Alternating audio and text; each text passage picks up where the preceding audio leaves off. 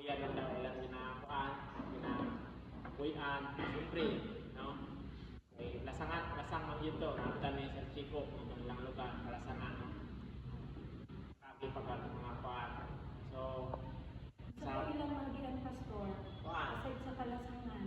kanang mga kuan, mga kampo, mga kuan, mga kuan, like sa mga Muslim, mga kuan.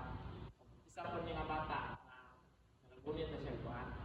Oh! Ayun ang aking pinasalamatan sa Panginoon sa murang edad niya. Gumagamit na po siya, humahawak na po siya ng baril. Ngayon, baril na ng Panginoon ang hawakan. Kaya, mauganin mo na po sila. Kaning kuhan ba, kaning mabubot kong yun sa Ginoo nga atong mudre nga matches sa inyong kinabuhi. Amen.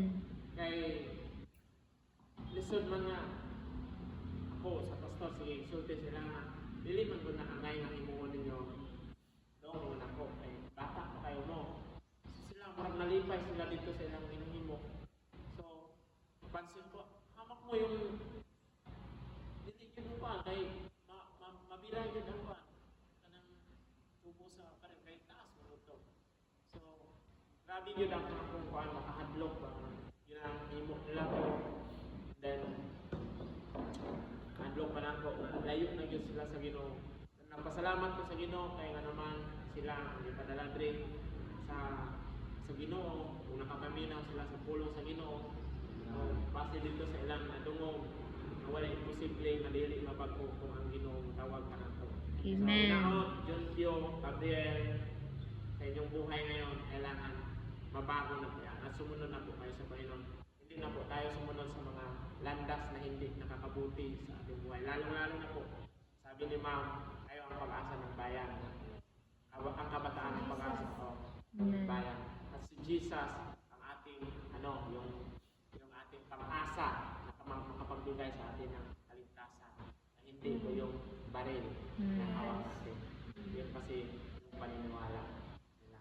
So, ako nagpasalamat sa Ginoo sa lahat ng bata pagit kayo. 14, no? 13 pa rin sa una, ay edad. Yung nana na siya. Sayang na ako na kinihawata. Abot ko na ng yun. Salamat ko sa Ginoo. Siya karon pinako akong lesson sa iyang kinabuhi.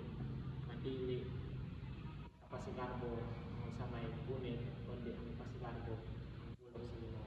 Amen. Amen. Thank you, Pastor. Thank you. Pastor Jeff. Thank you, John Pio and Gabriel.